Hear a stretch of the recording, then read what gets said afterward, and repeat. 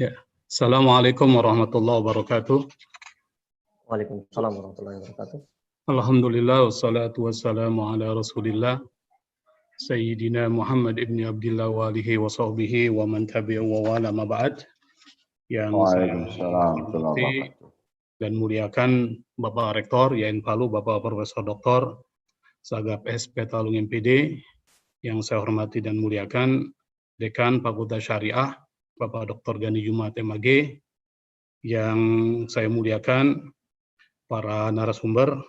Yang pertama adalah Bapak Al-Mukarram Dr. Abdul Rauf Muhammad Amin LC MA dan Bapak Dr. Sirojidin Saidillah Magister Hukum. Saya berterima kasih sekali pada hari ini sudah banyak dapat informasi yang luar biasa dari Bapak Dr. Abdul Rauf terkait dengan maqasid syariah, yang saya pikir itu kuliah 1 semester terkait dengan persoalan maqasid syariah. Dan insya Allah nanti kita akan coba fungsikan atau meminta kesediaan Pak Dr. Abdul Rauf Muhammad Amin untuk bisa mengajar di Pasca Sarjana terkait dengan maqasid syariah. Yang kedua, saya dapat informasi banyak juga dari Bapak Dr. Sirojidin Saidillah Magister Hukum. Pada kesempatan kali ini sebagai pembicara tuan rumah, sebenarnya pembicara tuan rumah, mungkin saya akan memberikan beberapa statement dari perspektif yang berbeda dari yang pertama dan yang kedua.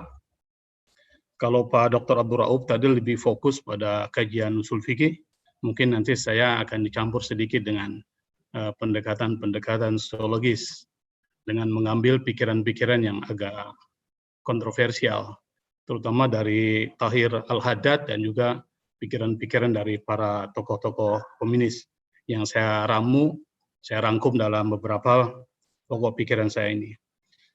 Pertama, kalau kita melihat tema ini, ada 2 istilah kunci. Yang pertama adalah kata Islamic Family Law, atau yang disebut dengan hukum keluarga Islam, atau disebut dengan fiqhul usrah atau ahwal syakhsiyah. Yang kedua ada reactualization, yang tadi sudah dijelaskan panjang lebar oleh Bapak Dr. Abdul Rauf. Yang pertama mungkin perlu kita klarifikasi, perlu kita pahami bahwa dalam kajian terkait dengan persoalan hukum Islam, kata Islamic Family Law ini bisa dipahami dalam 2 pengertian. Pengertian yang pertama adalah Islamic Family Law ini adalah pendapat para ahli fikih yang terdapat dalam kitab-kitab fikih klasik yang merupakan pemahaman mereka terhadap nas atau nusus, baik Al-Quran maupun Sunnah. Nah, karena dia adalah pemahaman, tentu banyak perbedaan-perbedaan di antara para ulama fikih itu, yang kemudian seperti yang kita pahami dalam sejarah hukum Islam, ada beberapa madzhab fikih, baik di kalangan Sunni maupun di kalangan Syiah, itu ada beberapa aliran fikih. Kalau dalam masyarakat Sunni kita ketahui bersama ada 4 yang menyebar di seluruh dunia Muslim, dan masing-masing ini berbeda terkait dengan persoalan fikih keluarga. Ada madzhab Hanafi, ada madzhab Maliki, madzhab Syafi'i, dan madzhab Hambali yang kita pahami banyak perbedaan-perbedaan baik dalam fikih ibadah, muamalah maupun fikih terkait dengan persoalan keluarga. Yang kedua, Islamic Family Law ini bisa diartikan sebagai regulasi, sebagai kumpulan-kumpulan hukum yang dipositivisasi oleh negara atau menjadi sebuah perundang-undangan atau kodifikasi hukum yang merupakan pemahaman terhadap kitab-kitab fikih. Nah, kita banyak mendengar ada qanun ahwal syakhsiyah di Indonesia ini yang kita pahami seperti yang sudah dijelaskan oleh Pak Dr. Sirojidin, itu adalah terkait dengan kodifikasi hukum Islam. Nah, kodifikasi hukum Islam ini adalah bagian dari pemahaman atau bagian dari kodifikasi terhadap pikiran-pikiran para ulama fikih madzhab Syafi'i. Meskipun ada satu yang berbeda, yaitu terkait dengan cerai harus dilakukan di depan pengadilan. Ini seperti yang saya ketahui berasal dari pemikiran Syiah. Saya tidak tahu, mungkin ada perspektif lain, tapi yang saya pahami bahwa cerai itu jatuh kalau dilakukan di depan pengadilan agama. Tapi hampir sebagian besar pikiran-pikiran lain itu mengakomodir pikiran-pikiran dari Madzhab Syafi'i. Yang kedua kata reaktualisasi, tadi sudah dijelaskan panjang lebar Pak Dr. Abdul Rauf, tapi memang kalau kita lihat dalam sejarah atau dalam wacana pemikiran hukum Islam kontemporer, itu reaktualisasi memang banyak dipahami bermacam-macam dan penggunaan istilahnya berbeda-beda. Ada yang disebut dengan reinterpretasi.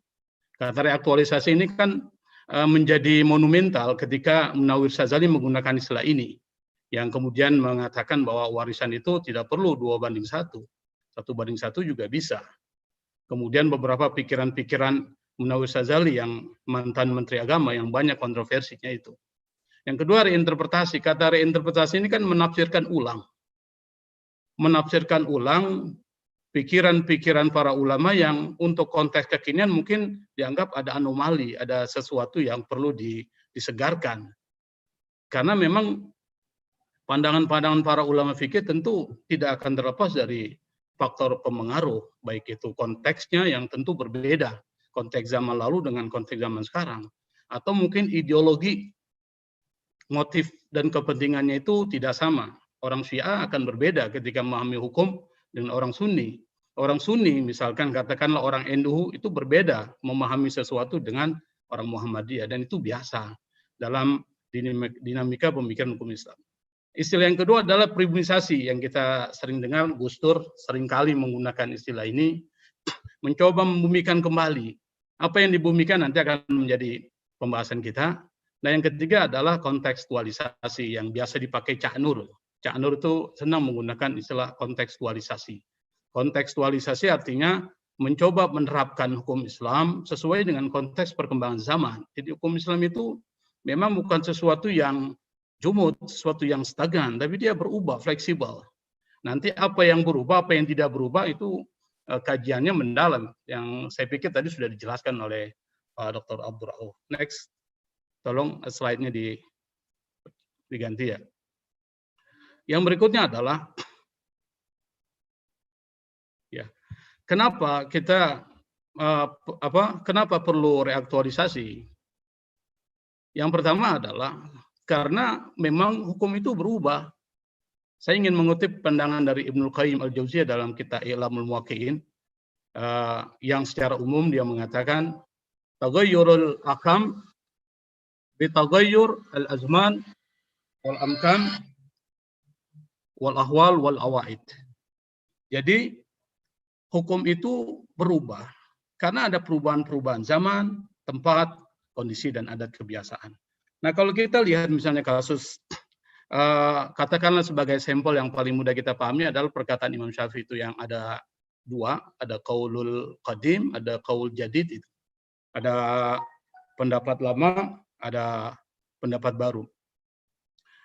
Qaul qadim ini adalah pandangan Imam Syafi'i ketika beliau berada di Baghdad, yang konteksnya nanti akan berbeda dengan ketika beliau berada di Mesir. Ketika beliau berada di Mesir, maka dia mengubah pandangannya itu dari yang lama menjadi baru, qaul jadid.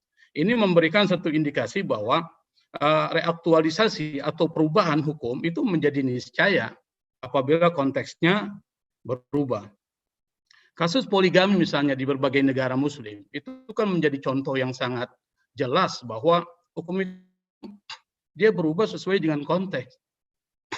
Sebagai contoh misalnya di Tunisia dan di Maroko itu poligami dilarang itu.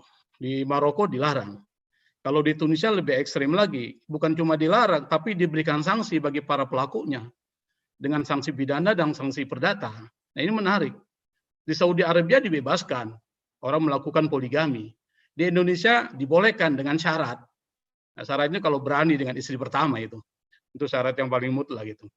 Tetapi kita bisa mengambil dari beberapa pendapat ini, memang hukum itu berubah adalah sebuah keniscayaan. Artinya tidak ada sesuatu yang bersifat mutlak, tidak berubah, apalagi terkait dengan hukum. Yang kedua, slide-nya tolong dilanjutkan. Ada perkataan dari Muhammad Syahrur yang pernah kontroversial sekali dulu waktu dia ada salah seorang mahasiswa menulis disertasi tentang milkul yamin, dia mengutip pandangan Muhammad Syahrur, padahal Muhammad Syahrur tidak mengatakan seperti yang dikatakan oleh penulis disertasi itu. ada satu statement yang menarik yang terdapat dalam kitab Nahwa Usul Jadidah lil Fiqhil Islami. Dia mengatakan annal ahkam tataghayyur aidan bitaghayyur an-nizam al-ma'rifi. Jadi hukum itu dia berubah karena perubahan epistemologi atau sistem pengetahuan. Konteks saat ini, kita ini berada dalam revolusi industri 4.0 atau era society 5.0, di mana yang menjadi satu ciri adalah menyebarnya teknologi informasi yang tidak bisa kita tolak. Maka dengan perubahan sistem pengetahuan ini, maka tentu akan menyebabkan perubahan terhadap pandangan-pandangan fikih. Sebagai contoh misalnya yang paling jelas yang bisa kita lihat dalam persoalan hukum keluarga adalah persoalan nikah dengan menggunakan video conference. Itu kan sudah sangat teknologi informasi. Dalam madzhab Syafi'i kita kenal bahwa salah satu syarat sahnya sebuah pernikahan itu adalah fi majlisin wahid, pada tempat yang sama atau satu tempat. Nah, kata majelis ini kemudian yang dipahami secara material terkait dengan geografis kemudian berubah ketika ada perubahan terkait dengan persoalan konteksnya, sistem pengetahuan. Apa yang berubah? Apakah fi majlisin wahid ini dipahami hanya sebagai tempat yang sama atau mungkin waktu yang sama? Karena beda antara katakanlah Mesir dengan Indonesia berapa jam, antara Australia dengan Indonesia berapa jam, Saudi berapa jam. Apakah dimungkinkan perkawinan dengan menggunakan video call atau video conference? Nah, pandangan-pandangan fikih kontemporer ini melakukan perubahan terhadap pandangan fikih yang awal mulanya dalam madzhab Syafi'i yang saya pahami itu tidak sah kalau dilakukan dengan menggunakan video conference. Yang terbaru mengatakan bahwa menjadi sah karena kata majelis juga harus dipahami tidak hanya luring tapi juga daring, tidak hanya offline tapi juga online. Maka adanya perubahan sistem pengetahuan itu menyebabkan perubahan. Yang lebih kentara adalah pada saat ketika merebaknya COVID-19, itu jelas sekali, banyak sekali hukum-hukum yang berubah itu. Misalnya terkait dengan persoalan sholat Jumat. Nah, ini mengalami perubahan. Dan juga beberapa hal lain terkait dengan musafahah, saling berjabat tangan. Sekarang menjadi sesuatu yang sangat tabu itu. Yang dulu setiap kita selesai sholat kita bersalaman dan seterusnya. Artinya ada perubahan-perubahan yang signifikan karena perubahan sistem pengetahuan. Dan ini yang perlu kita pahami. Nanti hukum keluarga pun akan mengalami perubahan karena sistemnya berubah. Yang berikutnya adalah, tolong slide-nya slide ini, oke. Nah, pertanyaan berikutnya adalah, apa yang direaktualisasi? Nah, tadi saya agak sedikit berbeda dengan Pak Dr. Abdur Rauf. Pak Dr. Abdur Rauf tadi dia lebih ke fokus pada metodologi terkait dengan persoalan yang perlu diaktualisasi adalah atau direaktualisasi lebih kepada isu fikih. Tadi beberapa contoh sudah disebutkan. Nah, saya malah lebih melihat pada nilai-nilai etis moral yang perlu direaktualisasikan. Yang saya maksud dengan reaktualisasikan ini adalah dihidupkan kembali, revitalisasi, divitalkan kembali itu adalah nilai-nilai etis moral yang ada di balik syariat keluarga. Dan nilai-nilai itu adalah bersifat qat'i, absolut, tidak berubah. Kalau dalam bahasanya Adonis disebut dengan al-thawabit. Adonis itu membagi dua, ada al-thawabit wal mutaghayyirat. Ada yang tetap, ada yang berubah. Nah, nilai-nilai ini tidak berubah, dimanapun dia diletakkan dia tetap seperti itu. Nanti ada yang berubah yang disebut dengan furu', masail. Jadi masalah-masalah itu berubah. Tetapi yang disebut dengan nilai-nilai etis moral itu tidak berubah. Apa nilai-nilai etis moral itu? Nah, nilai etis moral yang ada dalam syariat keluarga itu adalah 4 ini. Pertama adalah keadilan, kasih sayang yang merupakan terjemahan dari mawaddah, sakinah, warahmah. Ada kemaslahatan, al-masalih, dan ada kesetaraan atau al-musawat. Next. Nah, saya mengambil, silakan lanjutkan slide-nya itu. Saya mengambil dari Ibnu Qayyim itu, dari I'lam al-Muwaqqi'in. Kenapa nilai moral ini perlu direaktualisasikan? Ada satu ungkapan menarik sebelumnya. Tolong slide sebelumnya itu. Ada ungkapan menarik dari Ibnu Qayyim, dia mengatakan, inna syari'ata mabnaha wa asasu 'alal hikami wa masalihil ibad fil ma'ashi wal ma'ad. syariat itu bangunan dan fondasinya itu adalah pada hikmah dan kemaslahatan manusia di dunia dan di akhirat. Dan yang menarik ada kalimat berikutnya, wahya adlun kulluha wa rahmatun kulluha wa masalihu kulluha wa hikmatun kulluha. Syariat itu semuanya tentang keadilan, semuanya tentang kasih sayang, semuanya tentang kemaslahatan, dan semuanya tentang hikmah, wisdom, kebijaksanaan. Fakullu mas'alatin kharajat anil adli ilal jur, wa anil rahmati ila diddiha, wa anil maslahati ilal mafsada, wa anil hikmati ilal abas, falaisat minas syariah. Kata Ibnul Qayyim, semua persoalan yang menyimpang dari keadilan, menyimpang dari kasih sayang, dan menyimpang dari kemaslahatan dan hikmah, dia bukan syariat. Maka mengambil dari pandangan Ibnul Qayyim ini, saya mengatakan bahwa nilai-nilai moral di balik syariat, termasuk di dalamnya adalah syariat hukum keluarga atau fiqhul usrah, adalah 4 nilai ini, tentang keadilan, tentang kasih sayang, tentang kemaslahatan, dan tentang hikmah. Nah, nanti dari prinsip ini persoalan talak, perkawinan, menurut saya harus melakukan modifikasi, menyesuaikan dengan perkembangan-perkembangan yang terjadi. Berikutnya. Nah, alasan yang kedua, tolong slide berikutnya. Alasan yang kedua adalah, ya, kenapa? Karena aturan-aturan hukum keluarga yang dibawa oleh Rasulullah SAW itu pada dasarnya merupakan respon, social response and theological response. Kepada siapa? Persoalan kemanusiaan dan ketidakadilan terjadi dalam masyarakat Arab. Kalau kita lihat misalnya, nanti kita akan lihat, misalnya perempuan kehilangan kebebasan dan kemuliaannya sebagai manusia. Perempuan itu pada masa Arab Jahiliyah itu memang dianggap manusia yang tidak memiliki kebebasan. Bahkan sampai-sampai Umar bin Khattab pernah mengatakan, "Kunna fil jahiliyati la na'uddu nisa'a syai'an." Kata Umar, kami dulu pada masa jahiliyah itu tidak menganggap perempuan. Artinya perempuan itu sebagai sesuatu makhluk yang tidak penting dalam pemahaman seperti ini. Artinya dia tidak memiliki kebebasan, kalaupun dia bertindak, itu tidak bebas. Bahasanya perempuan itu merupakan makhluk the second citizen, atau makhluk warga negara kelas 2 yang tidak mendapatkan perhatian yang serius di dalam masyarakat Arab Jahiliyah. Yang berikutnya adalah praktik-praktik yang terkait dengan persoalan pernikahan. Tolong slide dulu sebelumnya. Slide-nya, tolong. Sebelum. Oke, praktik-praktik yang terkait dengan persoalan kemanusiaan pada masa jahiliyah itu melampaui batas keadilan dan kasih sayang. Tajawaz hududul adala warahmah. Bahasanya seperti itu. Jadi melampaui batas-batas keadilan dan kasih sayang. Misalnya seperti perkawinan-perkawinan yang terjadi dalam masyarakat Arab, itu kan perkawinan yang sangat melampaui batas keadilan.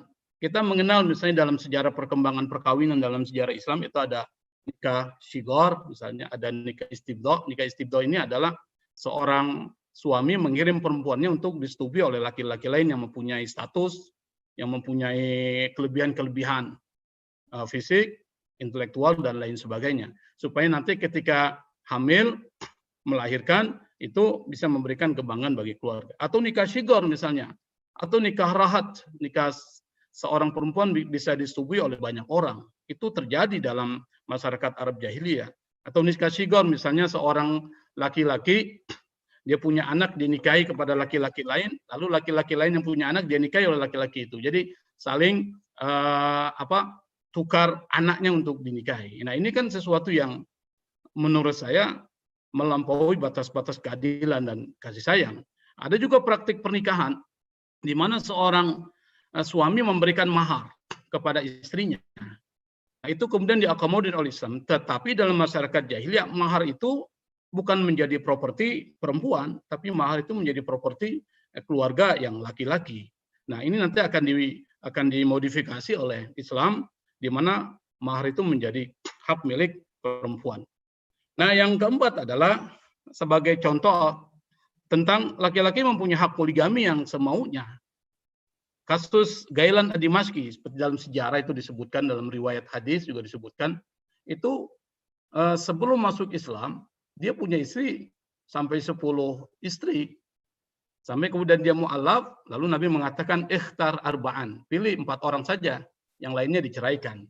Ini memberikan gambaran bahwa poligami itu tanpa terbatas, itu sudah ada pada zaman-zaman sebelum Islam, yang kemudian Islam datang itu membatasi poligami. Dan ingat, menurut saya spirit pembatasan poligami itu bukan kemudian serta-merta kita membolehkan poligami dalam pengertian luas. Itu pembatasan karena memang dalam masyarakat Arab, poligami itu merupakan sesuatu yang tidak terbatas, dan itu bisa memberikan ketidakadilan kepada perempuan, karena perempuan dianggap sebagai properti yang bisa diwariskan. Nah, Islam datang membatasi. Bahkan ayat Al-Quran, 3 ayat itu, kalau kita pahami secara utuh, sebenarnya merupakan sebuah negasi terhadap praktik poligami. Jadi prinsip pernikahan itu monogami. Sebagai contoh misalnya ayat dipilih masna wa thulatha wa ruba, 2 atau 3 atau 4. Kalau kalian tidak bisa berlaku adil, maka 1 saja. Nah, artinya ini kan dibatasi. Ada pembatasan. Dalam logika itu pembatasan bukan berarti pembolehan. Itu sebagai langkah pencegahan. Nah, lalu kemudian pada ayat surat An-Nisa yang terakhir itu jelas, walan tastati'u an ta'dilu bainan nisa walau harastum. Kata lan di sini kan nafyul istiqbal kalau orang-orang bahasa Arab bilang. Artinya menafikan. Artinya tidak pernah. Kamu tidak akan pernah bisa berlaku adil. Walau harastum. Kata al-harasa itu al-hirs, itu kemauan tingkat tinggi. Al-hirs. Maka ini bisa dikatakan tamak, rakus. Kemauan tingkat tinggi. Kamu tidak akan bisa berlaku adil kepada istri kalian, meskipun kalian mau. Nah, ini kan logikanya Allah membolehkan dengan membatasi, tapi dalam surat An-Nisa di akhir itu, pada akhir-akhir, itu dia tutup. Nah, logikanya berarti poligami bukan sesuatu yang dianjurkan. Tapi kalau kita lihat poligami saat ini dengan poligami Nabi itu beda. Poligami kita itu lebih didasari bukan karena Allah, tapi karena hasrat. Karena seksual. Makanya beda tipis. Nikah poligami karena hasrat dan poligami karena Allah. Kalau poligami karena Allah seperti yang dipraktikkan Nabi mungkin dapat pahala. Tapi kalau poligami karena hasrat ya dapat kenikmatan dunia. Jadi persoalan-persoalan nanti itu di situ. Nah, yang terakhir mungkin karena waktu saya terbatas, slide berikutnya tolong. Yang terakhir adalah bagaimana reaktualisasi nilai itu? How to reactualize, atau apa yang direaktualisasi? Yang pertama, karena fikih keluarga ini, seperti yang saya katakan tadi, fikih itu terbentuk melalui pemahaman para ulama terhadap teks. Dan para ulama ketika memahami teks itu tentu banyak motif dan kepentingan. Banyak hal-hal yang mempengaruhi para ulama dalam memahami persoalan-persoalan atau pembentukan fikih. Saya pernah melakukan sebuah riset kecil terkait dengan persoalan fikih keluarga di dalam mazhab Syafi'i. Ada 3 kesimpulan yang saya dapatkan terkait dengan persoalan fikih keluarga itu.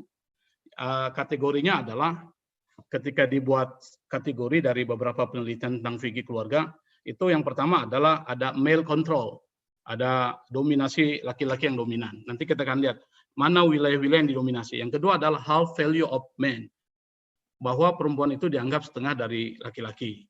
Yang ketiga adalah woman as domestic human being, jadi perempuan itu sebagai makhluk domestik. Nah, ada beberapa fikih yang masuk dalam kategori ini, misalnya terkait dengan persoalan men's right to divorce, tentang hak laki-laki untuk mencerai. Dalam fikih itu kan kita dengar jelas bahwa yang mempunyai hak untuk mencerai adalah istri. Istri pun bisa, tetapi hanya menggugat cerai. Bahasanya cerai gugat dan cerai talak dalam pengadilan itu. Nah, dalam fikih perempuan meskipun mengajukan gugat, tapi belum tentu bisa jatuh talak karena terkait dengan persoalan hak seorang suami. Tetapi dalam pengadilan, nah ini makanya pentingnya pengadilan ini adalah melihat pertimbangan-pertimbangan itu. Jadi pengadilanlah yang kemudian menjadi mediator yang paling signifikan dalam memutuskan persoalan ini.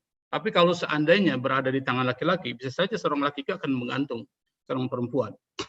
Yang kedua adalah poligami, itu masuk dalam male control laki-laki dan masuk kategori domestic human being, makhluk domestik, dan inheritance atau warisan sama 2:1 itu masuk kategori. Artinya secara umum saya ingin mengatakan bahwa banyak aturan-aturan fikih yang gender bias atau dia bias gender. Nah, ini yang dikritik oleh para tokoh seperti Tahir Al-Haddad, Ziba Mir Husaini, Aminah Wadud Muhsin, nama para tokoh feminis lainnya yang mengatakan perlu ada reaktualisasi, reinterpretasi atau dekonstruksi terhadap fikih-fikih lama, lalu kemudian mengkonstruksi yang baru. Bagaimana mengkonstruksinya? Saya menggunakan pikirannya Fadlur Rahman, ada double movement, dia menarik teori ini bagus untuk kita aktualisasikan sebagai teori alternatif di samping teori maqasid syariah. Dia mengatakan bahwa kita harus pahami persoalan-persoalan perempuan atau persoalan-persoalan keluarga, hukum keluarga itu dalam konteks sosial politik kontemporer. Tempatkan dia pada konteks itu. Lalu kemudian kita masuk pada lorong waktu di mana teks-teks yang berbicara tentang fikih keluarga itu diturunkan terkait dengan Al-Quran. Setelah itu baru dilihat nilai-nilai moral apa yang mendasari pembentukan fikih seperti perkawinan, talak, dan lain sebagainya. Apa nilai-nilai moral itu? Nah, nilai-nilai moral itu yang kemudian ditarik dalam konteks kekinian.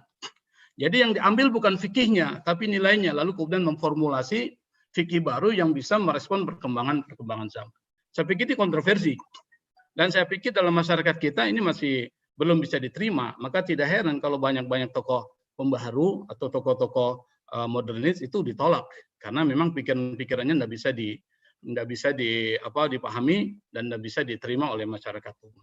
Saya pikir ini beberapa hal yang terkait dengan tema kita sebagai pemantik diskusi. Mohon maaf kalau ada hal-hal yang keliru. Yang keliru adalah dari saya karena saya mengutip dari beberapa tokoh-tokoh sebelumnya yang kemudian saya tafsirkan dan saya presentasikan.